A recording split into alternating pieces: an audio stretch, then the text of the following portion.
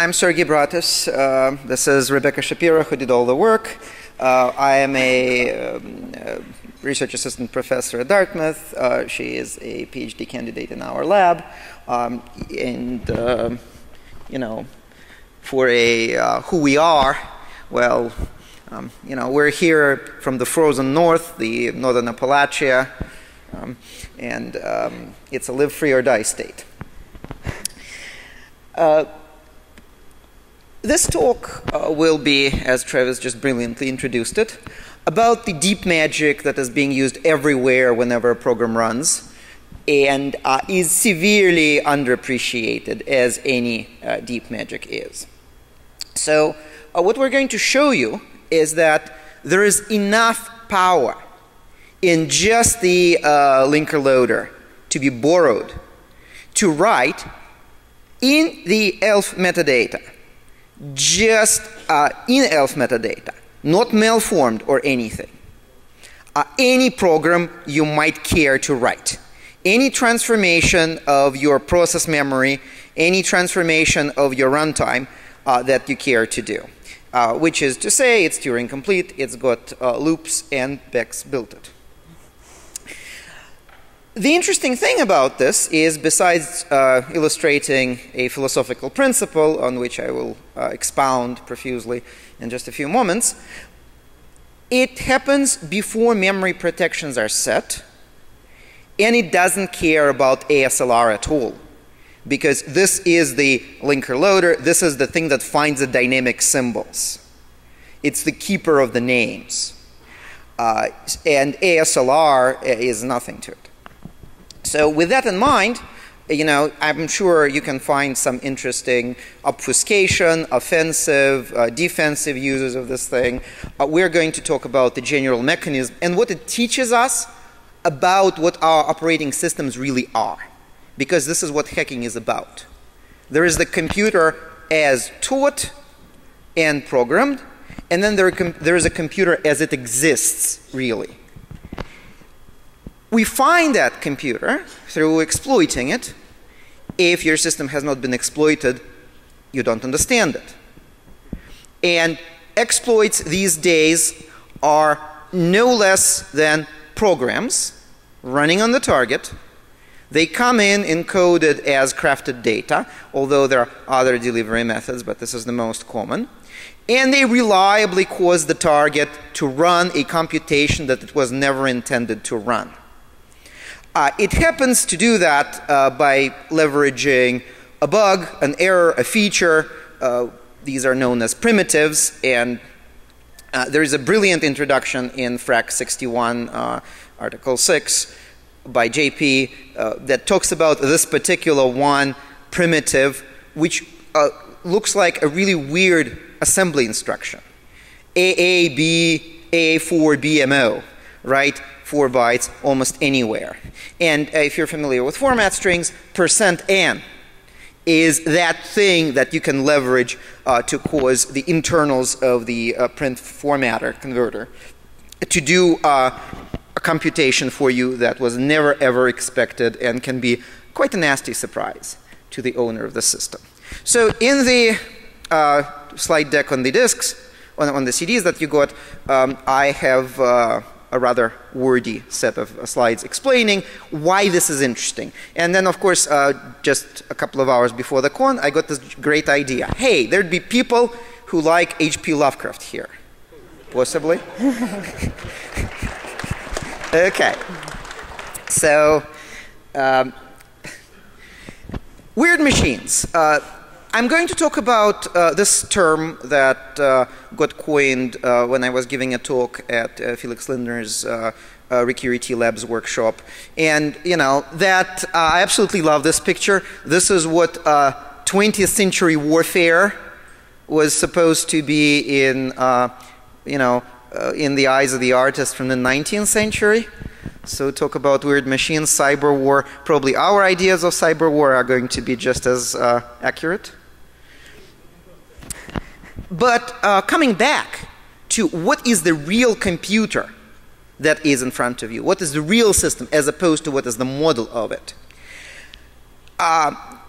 we discover that with exploits. And then you ask yourself, well, what are exploits? Are they data or code? It's interesting. Exploits are, of course, proofs that your machine is capable of a computation that you have not foreseen. It's a proof by construction, by shell dropping. You can't really argue with a root shell, to quote FX. But exploits show up as inputs, but they run on the target. So what the hell is up with that? Is this a von Neumann machine or some strange Harvard architecture machine, or maybe Miskatonic University of Arkham kind of an architecture? So an exploit is a weird stored data program running on the target. And if you think about your code as this Lovecraftian entity that you just summoned up to work on your data, build your mystic pyramid. This is actually Yog-Sothoth. He's the gate. He holds the key. He is the key. So, yeah, we're not summoning anything in this auditorium. I can't afford the liability insurance. Neither can Dartmouth. So, this is your code. Its tentacles reach into your memory and fiddle with bits of data, pulling it up, pulling it down, rearranging them. And this is how you build the computation that you want. But if you look carefully enough, and this is how people think of their code. Oh, there is code, there is data. But if you look carefully enough, it's a bunch of little octopi-like things, each with a small number of tentacles, working on a very small piece of your data that you control. And if some of them are interesting in that they present a bug or a feature or a primitive, then you can build a machine out of them by manipulating this metadata. To this machine, your metadata is bytecode. The primitives themselves are the little implementations of that bytecode. And this has been the hacker folklore of advanced exploitation since at least 2000. I take absolutely no claim except to naming it and dragging it out as a sort of a coherent body of folklore. If you don't take my word for it, look at Halvor Flake's talk, which he gave at Infiltrate last year. Where have we seen that? Well, this is, of course, how virtual machines work. A virtual machine has this bytecode, and you implement those little bytecodes. And the only difference between a weird machine, that is what runs your exploit, the collection of your primitives that pass the control and data flow through some areas of memory that you control, is that for a virtual machine, your bytecode is usually contiguous. For a weird machine, it's not. So that tape is really broken. And so think of your target that does anything interesting as this rich, dancing, singing, milk-giving, woolly pig, right? And it's also a code-running pig. If there is enough complexity in the target, how is this for authors Clarke, a fourth law? Any complex enough memory reading writing program is indistinguishable from a virtual machine on its data, as long as you can craft the data. Input data for a complex enough program is indistinguishable from bytecode for the pieces of the grand monster that you manage to decompose, unwind the tentacles of the monster, and isolate which memory locations are serving for your implicit flows. And so the bit of philosophy is this. Code doesn't work on data. Data runs on code. Input strings run on your parser. As the tentacles reach down, there is strange bubblings in the monster, in the Yog-Sothoth and the old one. And this state changes that you create in it are your expected computation, are your exploit. You can make it explode. You can make it build not a mystic pyramid, but something more useful, such as a root shell. Packets run on your TCP/IP stack. Packets are little programs that run on your TCP/IP stack. The changes in the state of the stack are what you're after. Heap metadata runs on the heap manager. Format strings run on the printf. And ELF metadata runs on your runtime linker loader, which Bex is now going to present.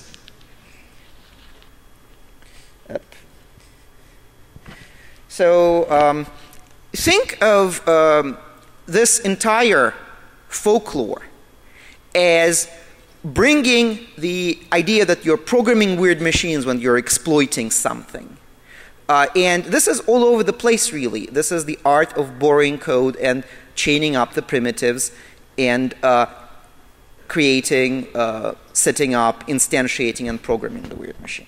We're showing you a weird machine that's there and that's well formed, but would love to see its uses for more interesting purposes. With that, Bex will take you through the wonderful world of ELF. Thank you, Sergey. A magic forest. So I'm just going to try. There's a lot of information I want to give you, not enough time, so I might end up skipping. But I really just want you to get an idea of what's going on, and you can continue if you're interested. Look at the code. I'll post a link. I'm going to start off, talking about the ELFs, what it is, the linker and loader, and so forth. Look at some private work, and try to give you enough background so you can understand how we're using these primitives and getting something that really works outside of what you would normally do with ELF metadata. And hopefully you'll from the philosophical reverie that I just plunged you into. So basically the point of ELF is just how the different components of the GCC tool chain communicate. You have the assembler, static linker, and so forth. But in the end, there's a metadata that's structured so that each component knows how to act on its input, how to lay it out, how to compose it, and so forth. And mostly, I'm looking at the runtime loader, and that's all. That's all I care about. There is a lot of information that's in these ELF files, and I'm not using all of it. I'm not constructing, crafting most of it. But I'm looking with symbols, relocation entries, and so forth. Well, that's pretty much all I'm working with. And the dynamic linking information. There's a dynamic table that helps tell the runtime loader where everything is. And that is what I work with for this tool set I'm making, or I'm calling it a tool set. And just to give you some idea of how many different sections are there in ELF file, each one with its own function in constructing the runtime, in the modern binary, more than 30. Yes. So all data and/or code, metadata, so forth, is contained in ELF sections, except the section headers themselves and the segment headers themselves. Typically, there's one section header per section, and the header just helps you look up where in the file the section is supposed to be, understand its permissions in memory, read, write, execute, where it should be loaded, and so forth. And most sections contain either metadata, and is a table of the same type of metadata in a single section, null terminated strings for the string table, mixed data, something statically allocated, and the code itself, which is called text. And there are a couple of sections I'm focusing on for this talk. They are the most useful in trying to craft metadata and get some extra computation out of the runtime loader. And first, with the symbol table, symbol tables provide information on all variables, all functions, and so forth, so you know where it's located. Sometimes there's a value, sometimes there's other information, the size, how to look it up for the linker. And then here's just some example symbols. There is one that's a variable standard in and has a preset value. Second one is a function, also has some value in there. And then the definition, so this is the structure itself. There's a name, which is actually a pointer into the string table. There is some information about it, value and size. And if I may, and think of this data as something that the dynamic linker loader eats and finds you the right library, loads the right library, and connects up the little stub that your call goes to in the procedure linkage table through the global offset table, and through a little this little stub, the dynamic linker gets called, finds the symbol, and loads the symbol into memory. And since the lookup is actually by name, there is a little hash table involved in that, and it just jumps around that hash table until it finds the match, so that it knows what symbol is there to be loaded. Now, the thing about this is that the complexity of these operations is pretty damn high, and it starts resembling your Lovecraftian old one, or that woolly singing milk-giving pig. And so the question is, should we manipulate that data? What can we get? And I'm not really talking about buffer overflows. Assume that it's perfectly legal. It's just that some of those offsets are going to be pointing at other structures. And think of my own grandpa in the process. By creating this assortment of interlinked data, you can actually drive this thing into insanity or into executing any given program. So I will continue. As we like to say, however, the ELF metadata is just, in our vision, in the way we see it, it's the static linker's love letter to the runtime loader. So for relocation tables, this is information from not only the runtime loader, but the runtime linker. And the first one I listened to, Relodyne, is for the runtime loader exclusively, and every entry in it's processed during load time. And the second one is for the dynamic linker, the PLT, and that's processed as needed at runtime.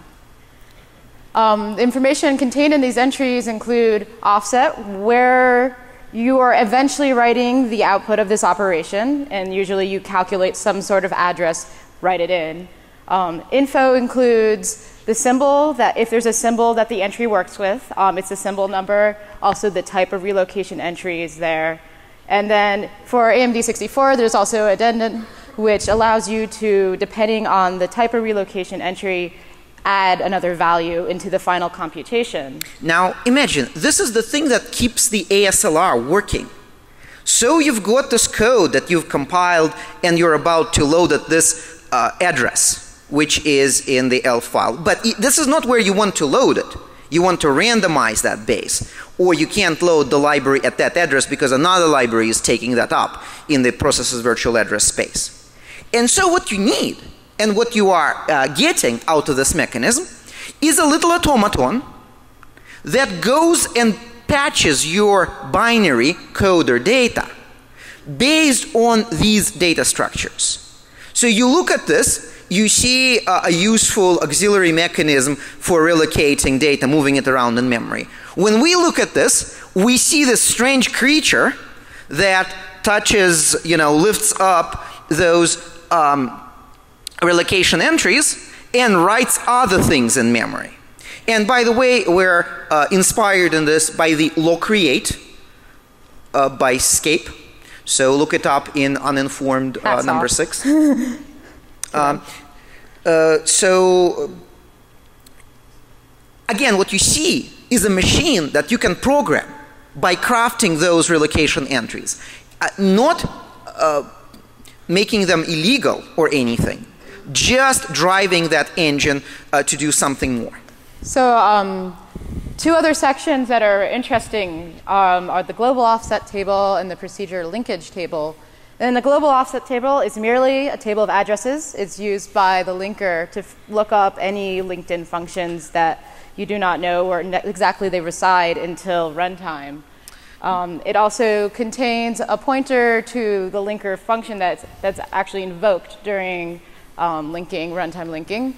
And this link map structure that contains everything you really need, or the linker needs, to perform the linking for each, and there is one structure for each library, for each ELF object. That is there is a link map structure.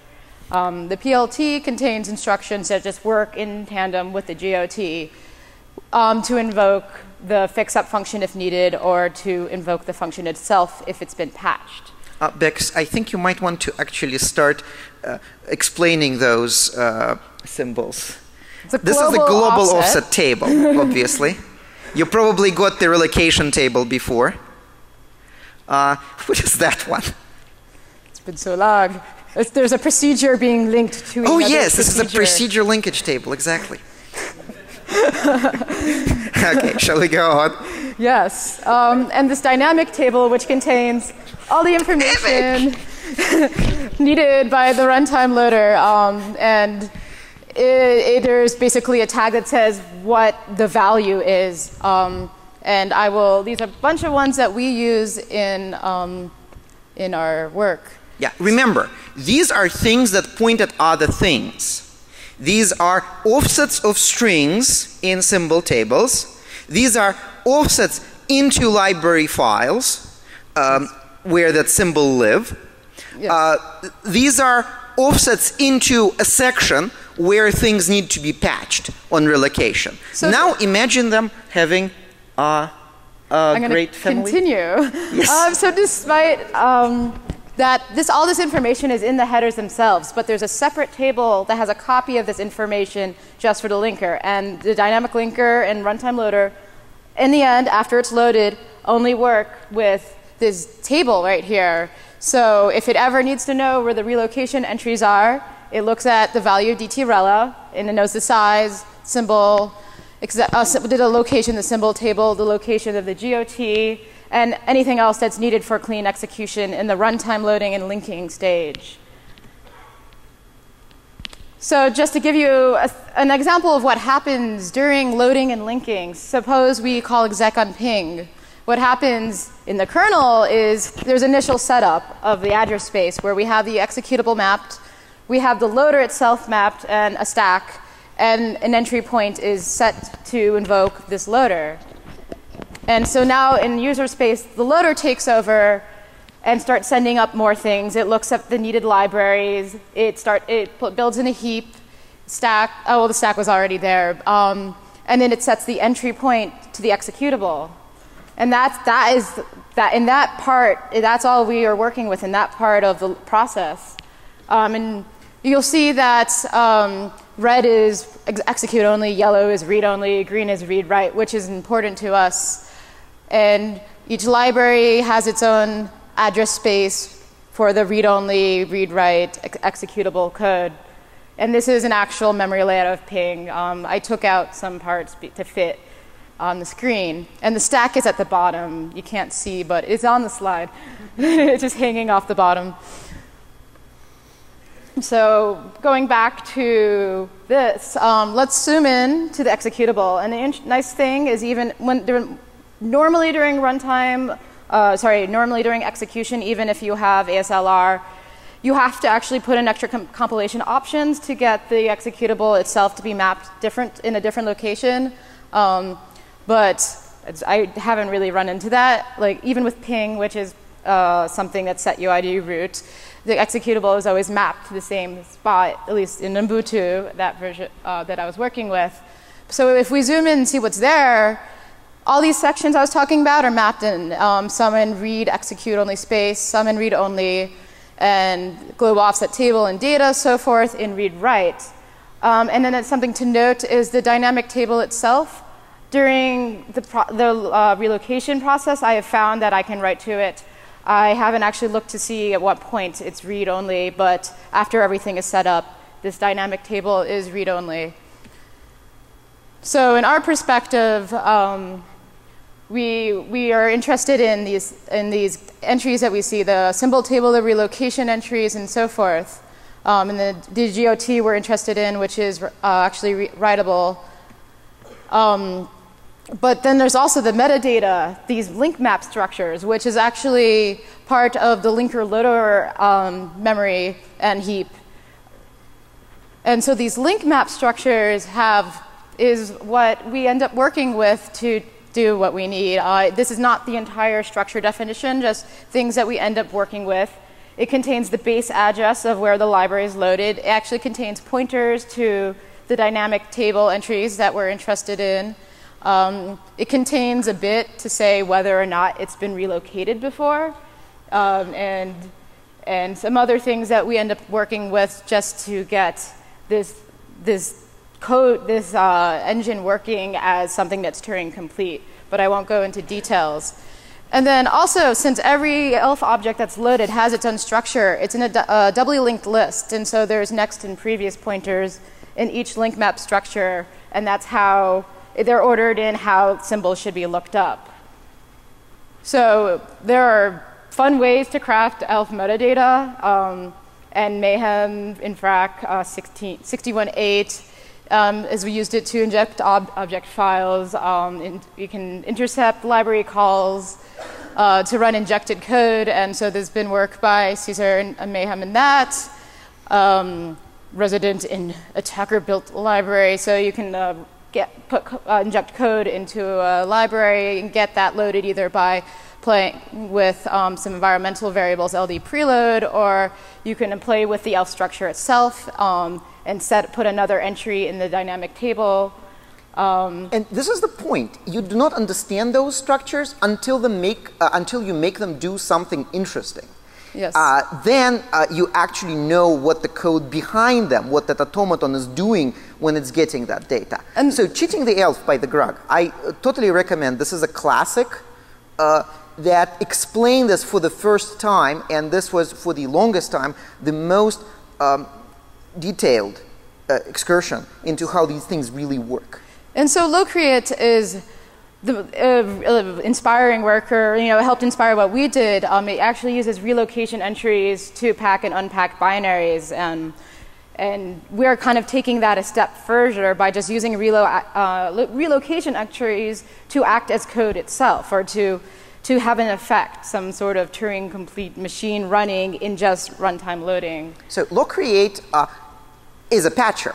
So it can it ran over code and transform the code because, hey, if we're rewriting bytes, we need not rewrite just addresses. We can rewrite opcodes and immediate as well. And so how is that for an obfuscator, deobfuscator, packer, unpacker? But let's build something bigger with loops and branches. However, in the toolchain we're working with, the text section is actually not writable by the time relocation entries are processed. So he was working with PE, and it worked. So here's our warning. I actually am proud to take a little note off of this. Yesterday I got it working with ASLR, when the libraries in the stack are randomized. But this is specific to our architecture that we're using, AMD 64 on Ubuntu. There's no reason that it won't work on others, but the details are specific to this. So first off, we need our symbol table and relocation entries in a place that we can read-write. Normally it's in read-only. So we inject it using the AirC toolkit right there below the data. And there's space there, and it's a great toolkit and takes care of any rewrite, updating the headers for us. So for the relocation entries that are used, there's lots of them, and we only need 3 to do what we're doing. There's copy, and basically what it does is it acts as a memcopy, and you provide this. You give it a symbol, and the symbol value is treated as a pointer where to copy from. The symbol is also, you get the size of how much to copy, and then you copy it to the offset specified in the relocation entry. There's another version where you give a symbol in an offset, and it looks at the value in the symbol and copies that over into the offset. And it adds an addend if there's one, and the base of the library. Since we're working in the executable, the base is always 0. It's been, unless it's actually randomized, it's mapped to well, it's actually not 0. It's, I believe, like 40,000, but so yeah. If this doesn't look like bytecode to you, then I must have confused everyone. Yeah, I mean, these look like opcodes to me. I'm not sure about anyone else. And then, so the last one, relative, where it doesn't use a symbol, it's just add-on plus a base if there's one, and you write it into the offset specified in the entry. So we have arithmetic. Close. We do have arithmetic. That's very straightforward. Another thing we use is these indirect functions that are supported by the runtime loader, and these are special types of symbols in which the value of the symbol is actually some function that runs, and whatever's returned gets written into the offset. And we found it useful. Because you need branching. Normally here I'd have the video, but a lot of you saw it already. Many, many years ago. Yeah, you don't want to hear me sing. So what did we do? We decided to find the simplest, most annoying programming language to work with and implement that in these relocation entries. So traditionally there's 8 instructions. There's a notion of a tape and a pointer into this tape, and you can write increment, decrement values, and test and branch and output byte. So you have standard out or printf or whatnot, or you can read in a byte, get char. But we actually are not worrying about those two because no one ever talks to the linker loader, and I can imagine implementing it, but that's not in our version. So as an example, if we do plus angle bracket minus, so we increment the byte at the pointer, we move the pointer, and then we decrement the byte, this is what happens. We increment the byte, the tape pointer, it gets moved, we decrement. And it's fairly straightforward. It's just really hard to write anything useful in because that's hello world. Yeah. You know, think of it as the Turing machine, but more fun. Or more tingling in your brain. Fun. Or fun, you know. So this is sort of the process of compiling brainfuck into ELF metadata. You have an executable that you specify. You have your brainfuck source. And there is some configuration that you need to do. And I've automated it as much as possible. You invoke this compiler, and you get just another executable. And that's it. You hand it to the loader. So first of all, you write your exploit in brainfuck, okay? Actually, you can compile to brainfuck from C or your favorite functional language. I feel like we'll hit some limits, though, on size. It's not the... we can do better. We can optimize, but... Oh my God, it's full of symbols. Yes. Well, it's full of relocation entries. Too, right? So this is the configuration. There's a lot of stuff we collect at compile time automatically, and so from the dynamic table, actually, so the address of the GOT.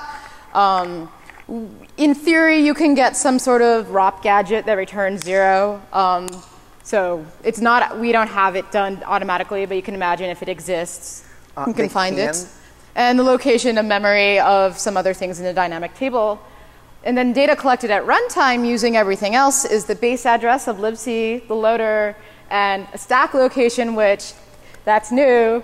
We found there's the auxiliary vector, which is basically, well, the loader's love note to the executable itself with all its arguments, environmental variables, etc. They're all located on the stack. Well, there is a static variable in the loader that points to it. And so I can get to the loader, I can read this value, and get some offsets. Yeah, isn't this nifty? Not only the executable knows how to call the loader from its stubs, obviously it needs to, but there is a pointer back as well. So I am not giving you the full setup. You need to read the code for that. I'm trying to simplify things, but to the basics of what you need for a brainfuck, there's more you need if you wanted to execute cleanly, in that you have your brainfuck execute in the metadata and then have your executable itself complete. There you need more than just this, and I put a little note at the end. So for the symbol table, we inject a couple symbols, the address. There's one that holds the address of the tape head, or wherever the tape head is pointing at. A copy of the tape head value, an address of, an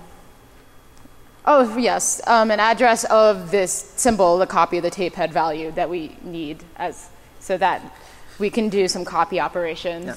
So observe, the tape is now this, the tape is now spread through the ELF metadata. But that's okay, because you see an RTLD, I see a bytecode interpreter. Yes, and so sorry, the last symbol is just the ROP gadget that we need, something that returns 0, an address of that.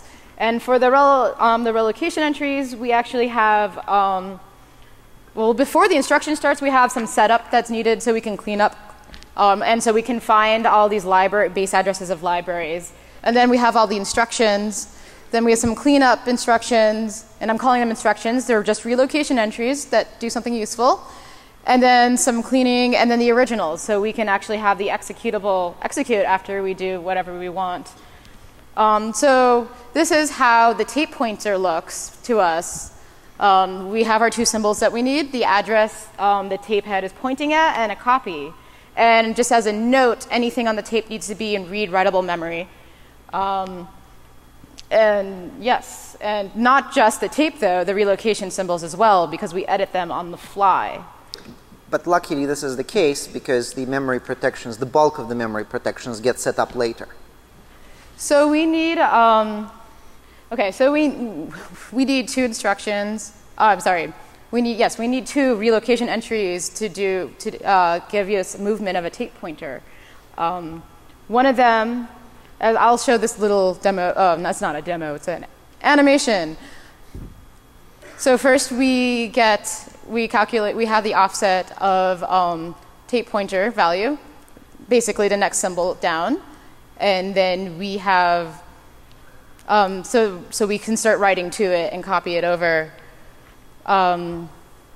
We have, so the symbol of the T-pointer, sorry. What we do is the T-pointer is a pointer to the symbol. We read that out, and we end up using, good morning, me.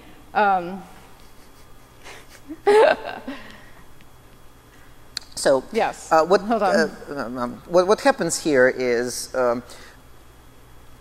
since we control the relocation sections, and we're using them as tape, we have to embed the brainfuck interpreter with all of 6 its brainfuck instructions into the pieces of code that work on the tape. Luckily, we can craft those entries. To point at other entries so that we can start building loops and branches. So instead of actually giving you a step-by-step, since we're low on time, I'm going to just point out some interesting things. So in addition to subtraction, we end up having to rewrite one of the relocation entries to get this done.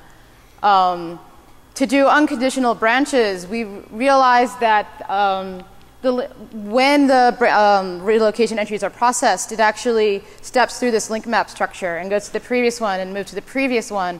So what we need to do is set the previous to our current, so we can start processing relocation entries in ourselves again. So we have goto, yes. Right? This is the primitive, right? This is the implementation of the bytecode that we are creating. And the fact that a particular pointer is pointing and then is being followed to the next primitive enables us to do looping. Yes. And so we have to do some extra work to make sure it loops again, because after the first time memory permissions are set, it doesn't try to relocate twice. And that sets some permissions, so we can't rewrite ourselves again. But we use this little chunk right here to end up clearing out this relocated bit, so it will process itself again later, which is very nice. And so we have loops. And we also need to rewrite some of the relocation, the dynamic table entries to point to where it should go next and the new size of the relocation entries that we're processing. But again, the functionality is helpfully already there. Yes. This is what the relocator actually does all of itself. So to do conditional branches, we use this indirect function symbol. And the interesting part is this shindex, if it's 1, it treats it as an indirect function. If it's 0, it treats it as whatever values in that symbol is just a value. So we end up doing it is telling that to overwrite this end, which basically end is where the relocation entries stop being processed. So we can either set it to 0, so the next time the loop executes, it stops, or we can set it, it ends up being something way bigger than any of the relocation entries, and it will keep on going, and we can fix everything up in the end. And so we have branches. We have an instruction that behaves differently whether it reads a 0 or a non-zero. So to get actual details of how we do it, I look at the code. It's on GitHub. I'm going to skip the demo because I want to move to something a little more practical. We injected a backdoor into ping. And so by doing this, we don't use the brainfuck. We actually create our own primitives to start following pointers. At a known place is a pointer to the link mech structure of the executable, and from there we can start finding where the libraries are, and from there we can figure out what addresses to write into the global offset table. So when the functions are invoked, it invokes what we want instead of what the linker tells it to, since there's a value there. And so what happens is we rewrite the symbol over and over and update the value through these relocation entries and how they work with the symbol.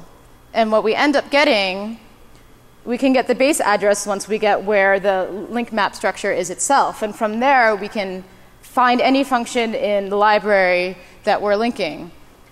And so I do want to demo this. And the version of ping that I have has this interesting argument, this type. And I actually have, the way we work this is we tell stir case comp to exec instead. And that's how we can get a shell. And we also need to tell it not to set UID back. Ping is set UID root, and then eventually drops privileges. We can trick it into not dropping privileges. So your output is all of your memory space in the process. And you can rewrite it any way you like. So why not rewrite it to give yourself root when a particular option is invoked? So instead of giving a live demo, because I'm a bumbling idiot when it comes to typing, here is a video pre-recorded demo. And you can't read it, but that's fine. So I'm just showing that there's this type that we're playing with. And we end up, so first we compiled our new relocations entries into there, and we set UID ping, so, because it needs to be set UID. And when you run it, normally, this is running at double pace, I don't know why. I must have changed something. So let me pause for a moment. You're a fast typer. So let me pause. So ping works normally with the new relocation entries. Or at least you can ping normally. There's probably some other things that might break, but you can ping normally. But when you put in -t and then we just give it backdoor.shell, it just invokes bash without any arguments.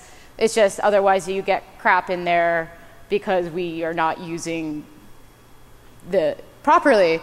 But what happens is once you invoke it with this, suddenly it calls exec on backdoor.shell, and we prevented the root privileges from being dropped, and now you have a root shell.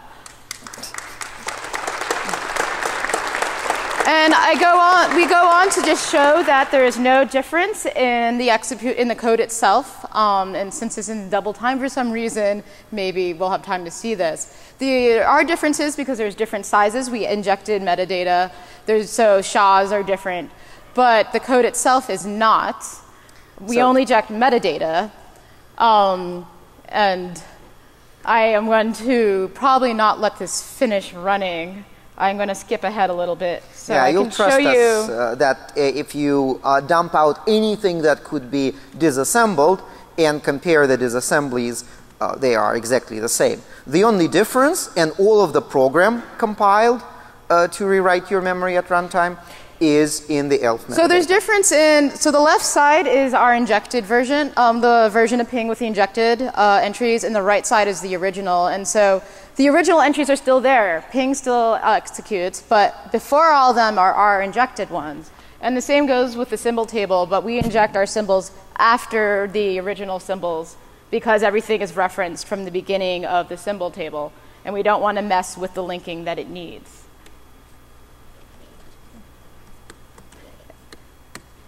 Get out of full screen. F11, of course.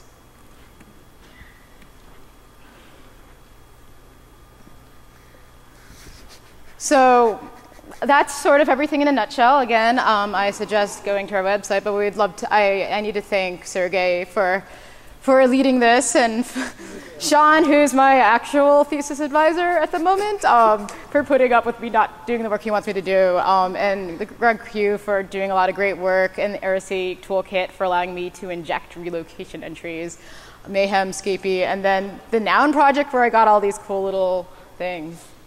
Thank you.